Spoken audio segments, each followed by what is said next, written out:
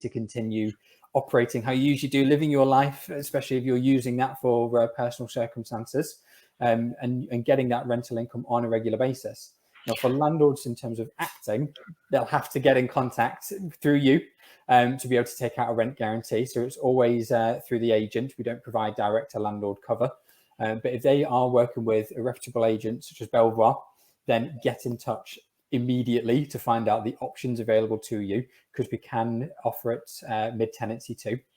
And, so if we're looking at the cover, because I know that things have changed a little bit for let lines as insurance providers as well, any landlords that might be interested in sort of protecting their interest and their rental income, what sort of cover are they looking at getting now? Because some of these companies, they have like a month's excess or 2 months excess, which obviously if you're not getting any rent money, that that's problematic. So what sort of cover do you offer then? So we are nil excess policies. We're quite a big believer of offering a nil excess policy, because not everybody can afford to have the excess on there. Most importantly as well, no COVID exclusions. There are some policies out there which, shamefully, in my eyes, have that as part of their policy wording. Can I ask about that? What sort of thing do these things? I mean, obviously, you're not going to name names or anything, but what sort of exclusions are you talking about? And what would that? What did that say, sort of thing? So it's basically, because the legislation, well, with the government bringing in various different legislations, they've brought in a few over the time since of COVID.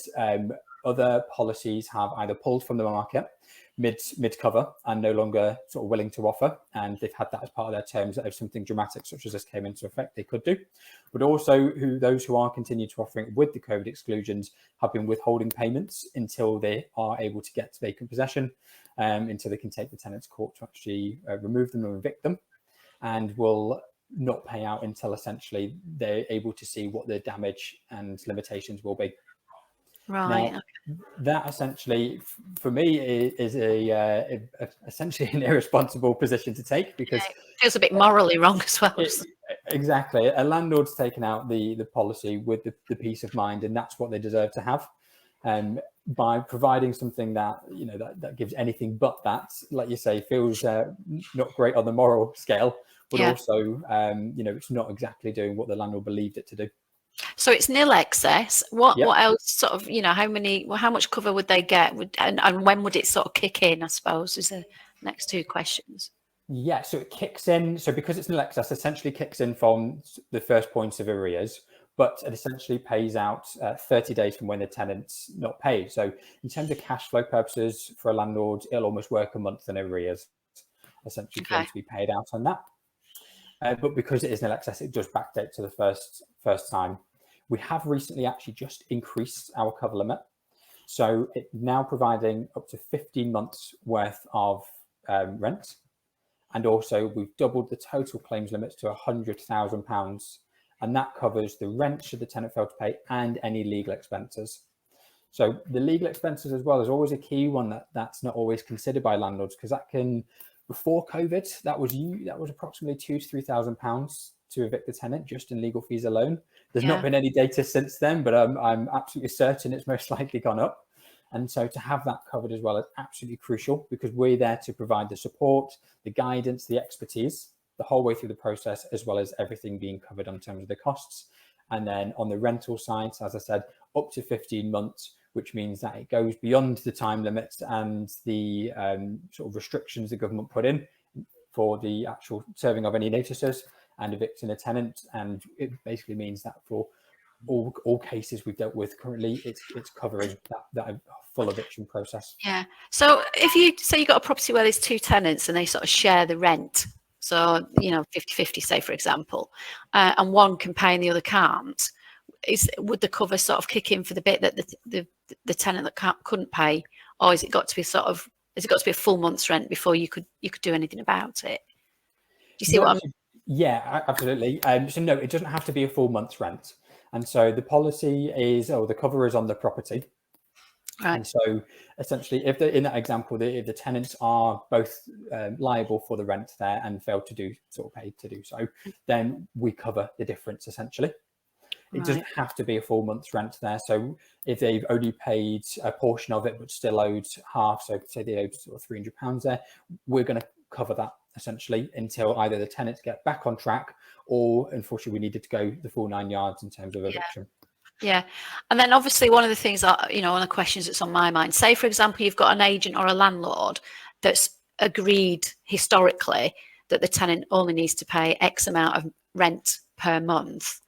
Clearly, if that agreement is in place and then they fall into arrears that are over and above what they've agreed, they would be able to claim. Is that right? That's right. So if an agreement's in place, most common one, as you kind of mentioned, is what's sort of regarded as a deferral agreement. Yep. So if that is in place, it doesn't invalidate cover at all. Cover is still valid and in place. Essentially, we just look to mimic that agreement. So if a tenant is only sort of due to pay a portion of the rent, then we cover that portion. But once they're due to pay back the higher level of rent, then we continue to do so. So at the end of the term, for when the tenant should be paying back all arrears, the landlord won't be out of pocket a single penny for the rent that should be owed. Okay, brilliant. So just, sorry, I'm firing all these questions at you now, but it's not things that, hopefully the viewers will be thinking about. So let's say two scenarios. You've got a landlord with another agent who thinks, well, I'm not getting what I want from my agent. I'm going to switch over to Belvoir or whoever to get this really good cover and to protect my rental income. Or you've got a let-only landlord that's been managing themselves, for themselves. What would they need to do, or what would they need to provide to allow them to have the cover if they did come to us for it? Is there certain minimum requirements that you have? Yeah, absolutely. So there are requirements for us to be able to accept a property onto cover mid-tenancy.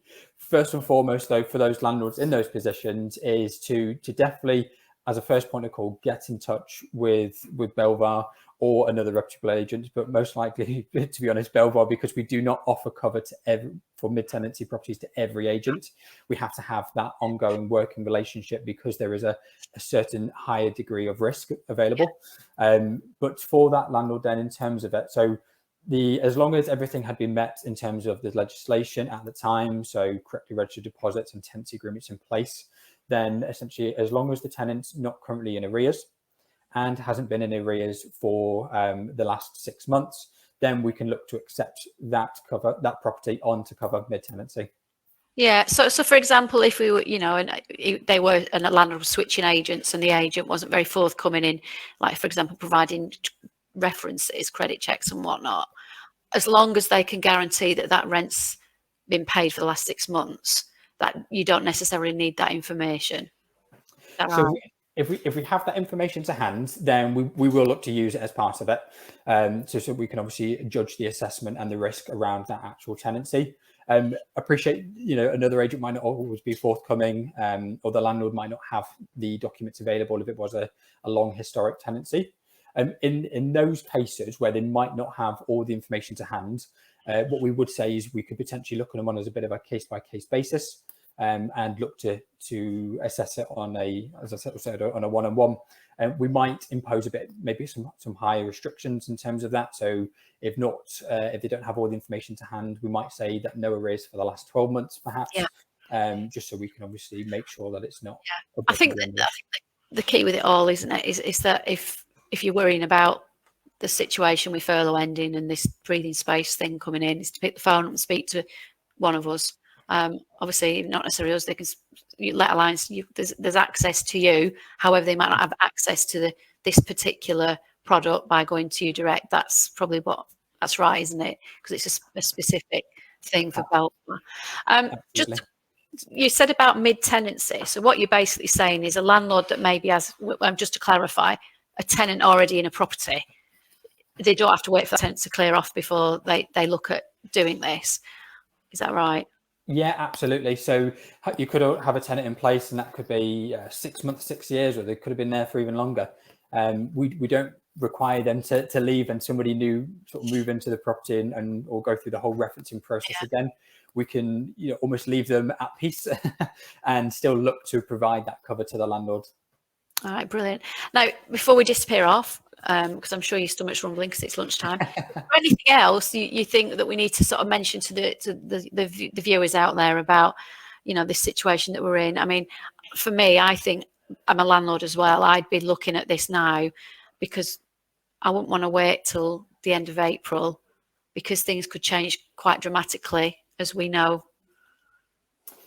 Yeah, absolutely, and things change so quickly, and the information's not actually as readily available as you would probably expect it to be. This breathing space legislation really did kind of slip through the net for a lot of people, and a lot of landlords and agents still are quite unaware of it. I think it is definitely not too late to act now if you are a landlord and you don't have cover, but it will be soon, because unfortunately, if a tenant is in arrears, we can't provide cover. Yeah. In which case, if you wait till after the furlough scheme ends, if you wait till all these things come to an end, and the tenants then unfortunately lost their job through redundancies, unwilling to pay or can't pay, then it's going to be too late. So the most important thing is to pick up the phone, even to have a conversation. I'm sure you and your team will be more than happy to give some advice, as well as the service.